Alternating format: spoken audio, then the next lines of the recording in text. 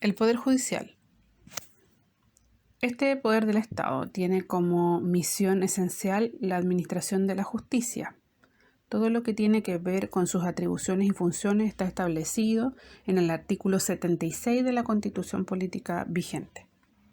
Los integrantes del Poder Judicial deben establecer la correcta y justa aplicación del derecho vigente para cada caso que conocen y fallan, es decir, fallar significa resolver.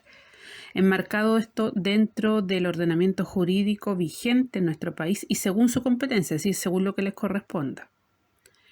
El Poder Judicial tiene también la facultad de hacer ejecutar lo juzgado, conocida como facultad de imperio. Esto implica que la judicatura puede impartir órdenes directas a la fuerza pública, es decir, a Carabineros o a la Policía de Investigaciones de Chile, para efectos de cumplir una resolución judicial en caso de incumplimiento de la misma. Dentro de la estructura del Poder Judicial, la Corte Suprema de Justicia es el más alto tribunal existente en nuestro país. Es un órgano colegiado. Colegiado significa que está integrado por más de 3 personas. Concretamente, está integrado por 21 ministros. Aquí, ojo, que estos ministros no tienen nada que ver con los ministros que responden a el Poder Ejecutivo. Estos son otros ministros. Su jurisdicción, es decir, su poder, sus atribuciones legítimas, abarcan todo el territorio nacional y le corresponde lo que es la superintendencia, algo así como la parte de la fiscalización de todo lo que tiene que ver con los tribunales de la nación, salvo, es decir, con excepción de el Tribunal Constitucional, el Tribunal Calificador de Elecciones, los tribunales electorales regionales y los tribunales militares en tiempos de guerra. Todos esos quedan fuera. Todos los demás son obviamente o están bajo la tutela de la Corte Suprema.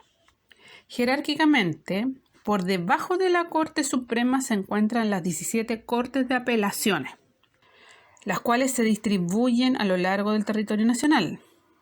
Lo de apelaciones viene de apelar, lo voy a explicar de manera súper simple. En el fondo es pedir como una segunda revisión o una segunda oportunidad respecto a un dictamen o a una resolución de un caso. Eso es apelar.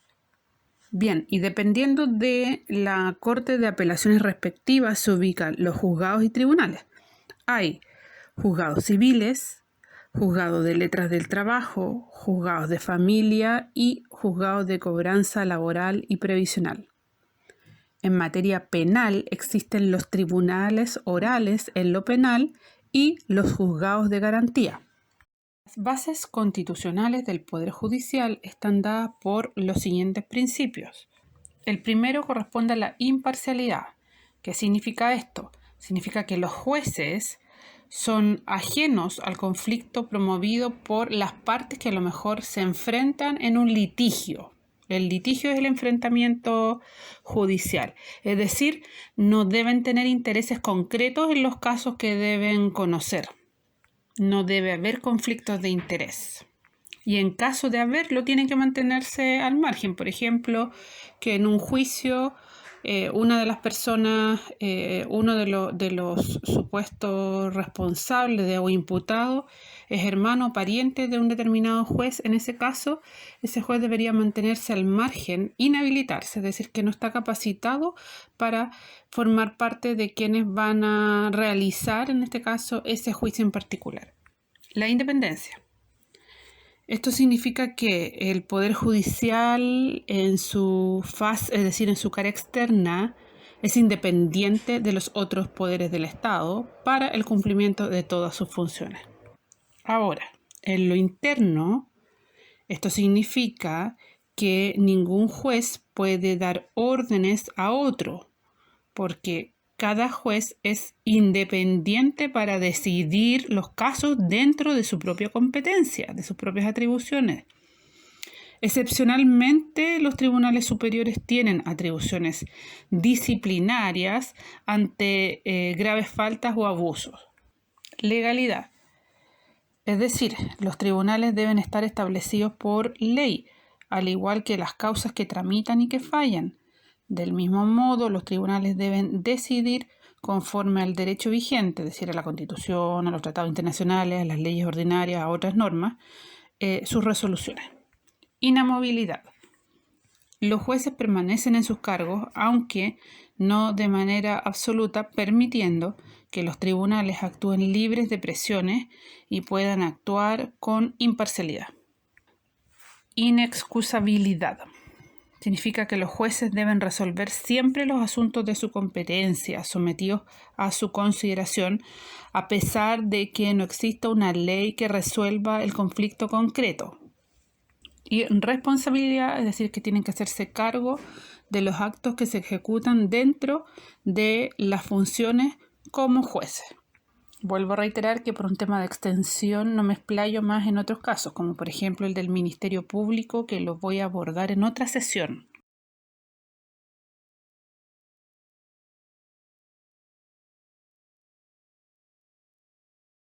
Recuperando algunas de las ideas del tema de hoy, primero que todo hay que establecer que la Constitución política de nuestro país organiza al Estado y al poder del Estado en diferentes funciones y órganos públicos que poseen atribuciones específicas y que son a su vez complementarias.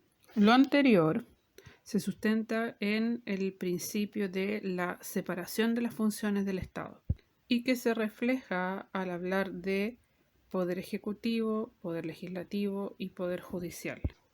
La función ejecutiva o poder ejecutivo, que consiste en la toma de decisiones de la dirección del Estado, que lo administra y da ejecución o cumplimiento a las leyes, tiene como titular, es decir, como máximo responsable, a el presidente de la República. A él le compete tanto el gobierno como la administración superior del Estado. El periodo presidencial dura 4 años en el cargo y no puede ser reelegido inmediatamente. Y si bien, evidentemente, tiene atribuciones que son propias de gobierno o de administración, también tiene otras atribuciones que responden a distintos ámbitos de acción, como por ejemplo la atribución legislativa, que le permite también participar de procesos de formación de leyes. Es decir, tiene carácter de colegislador. Por otro lado, la función legislativa, poder legislativo, que se asocia con la producción de normas generales y obligatorias que regulan la conducta de las personas, está representado en la figura del Congreso Nacional, que es un órgano colegiado que se estima representativo de la voluntad nacional por cuanto sus miembros son electos por la voluntad popular, y que además tiene la particularidad de ser bicameral porque existen 2 cámaras, una de ellas conocida como Cámara Baja o de Diputados y la otra como Cámara Alta o Senado. Y si bien ambas cámaras tienen como principal función la formación de leyes, existen otras atribuciones que son particulares de cada una de ellas. Y en tercer y último lugar tenemos la función judicial o poder judicial, que evidentemente está representado por todos los tribunales, los juzgados que existen en nuestro país, con algunas excepciones, y que jerárquicamente está estructurado de la siguiente manera. En un primer lugar y en la parte más alta de su jerarquía está la Corte Suprema, que es este tribunal que está conformado por 21 ministros.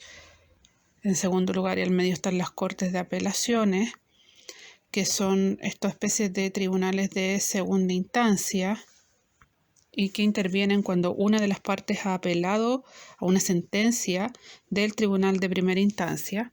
Y en tercer y último lugar, conformado está por los tribunales de primera instancia, dentro de los cuales están los juzgados civiles, los juzgados de letra, los juzgados de familia, entre otros. Es importante recalcar que, según la Constitución, los tribunales de justicia son los únicos que tienen la facultad de conocer las causas civiles y criminales, resolverlas y hacer ejecutar lo que está juzgado por ley. Eso es exclusivo, ya que ni el presidente de la República ni el Congreso pueden ejercer funciones judiciales.